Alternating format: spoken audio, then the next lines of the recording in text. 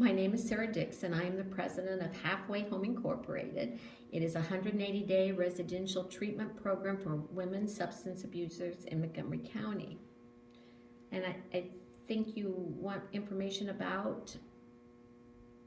Tell us a little bit about your story. There's some places along the way that you sort of got stuck and you weren't sure if you were going to get the funding that you needed. And yeah, when I started this program, people asked me how did this start, and I had participated a couple years ago in an endeavor called Indiana Voices of Women, and I'd seen it in the paper, and the only reason I decided to go was because it was going to be held less than 2 miles from my house. And when you had to go for an interview, and when I interviewed with the women, it still was pretty vague what the program was, but it was a lot of the women involved were from Lafayette, and they were either in the college community, or they were a rabbi, or in the Catholic community, or in Protestant communities. And basically what it was a program to help develop in women leadership skills and to help them develop a voice that they could use for their community. And at the end of that program, which was a year long, we had to have a project. And when we were trying to think of projects, because for several months it was trying to come up with a project, this had always been in my mind for like years. But every time I thought about doing it, I thought, oh my God, it is just too much work. There's no way I by myself could ever do something like that. And so during this process with Indiana Voices of Women, they said, well, what would be the first step that you took in order to do this project? And I said, well, I would investigate it. And so they said, well, do that. So I contacted Bart Stevens, who is the director of New Life Recovery in Lebanon. That's a man's facility. And just talked to him on the phone, asking him some questions. Well, he turned around then and talked to somebody about saying that I had expressed an interest, and that person called me. Well, she then was a substance abuse provider, and she got all excited saying, I've always wanted to do this. Well, then I called a friend of mine, a personal friend, and she said, that's a great idea. I want to do that too. And so it just sort of snowballed like that.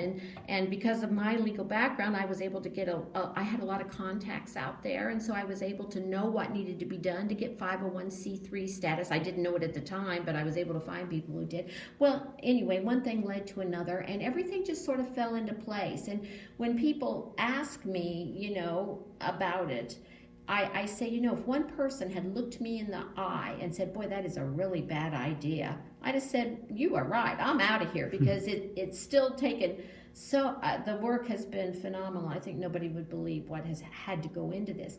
But everybody's face would light up when I would talk about it, and they'd say, oh my gosh, that is such a good idea. We really need that. And nobody's ever gotten that look on their face like you knew they thought, It's always been a look like they've brightened up, and like it's such a good thing you're doing. And just when I've been terrified. I've had night terrors. There's been 2 incidents where I had to wake my husband up in the middle of the night and say, you've got to pull me off the ledge. I'm struggling so badly and terrified about this. I'm at a point in my life where I was looking at retirement and want free time, and those things are a thing in the past now. I mean, I am retired, so I can do this, but the component of free time or looking forward to spending a lot of time with the grandkids, well, that sure isn't going to happen for the next year or so. But every time I hit a wall, there always seemed to be an answer. And I would tell you, I had to beat the bushes for money, and that was never something that I had ever done in the past or thought I would ever want to do. The thought of fundraising and going to people and asking for money, but it's always come through. And just when I thought that it wouldn't, for instance, when your first check from the First Methodist Church came, oh my God, it was like a godsend. And I didn't really know they were going to keep coming. And every month when I went in there and there was that $500, it's hard for me to express what a lifesaver that money has been. It is just, besides the fact of us needing that money, it just shows to me that there is support in the community, and there's other people that recognize the need for this and the problem that our community has. When I went to talk, I love to go to things like the Methodist Women and talk about the program. And when I went and talked with them, right before then, I was told that I had to put these concrete pads at all the doors. And when I had it estimated, my estimator said, well, that's $1,800. And that was at the very end of the project when I'm really counting the pennies now. And I thought, oh my God. And so I called the community foundation. Well, they had already paid for our roof.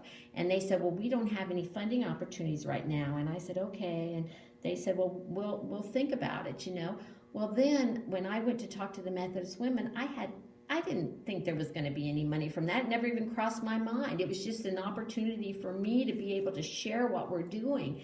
And then when Wesley gave me that check, it was like, oh my gosh, it was like I could have really probably started crying right then, because we needed that $1,800 so much. And so really, people will say to me, well, where's this money going to come from? And I said, well, they've got to pay a little bit. I just really had to go on faith. I've just really, I've had to trust that there will be an answer out there, because here we are opening our doors with ongoing costs and no real money coming right in other than what people reach into their pocket and give us, or grants I can get, and the grants are really sort of limited.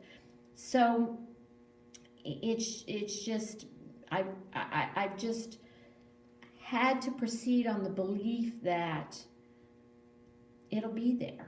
It'll be there, and I've had to trust that there is a power out there bigger than myself. And I'm uncomfortable calling it God. I'm uncomfortable calling it X or Y, because I don't know what that power is. I do believe in a God myself. Do I believe he's actually telling people, reach in your pocket? I think some of this is just the goodness of people to want to live a Christian lifestyle and to want to give to people who are less fortunate and help them. And so it's that has sustained me and kept me going in this, is the belief that there are good people out there that are going to be helpful. Thank you, Sarah, so much. Thank you.